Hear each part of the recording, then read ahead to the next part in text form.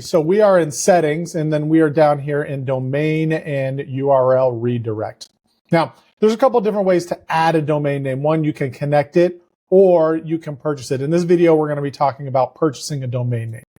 So what you'll do is you'll come in, you'll click on purchase a domain name, and then you'll come in here and you'll look up the domain name that you want. You can type in whichever you like, and then it will search.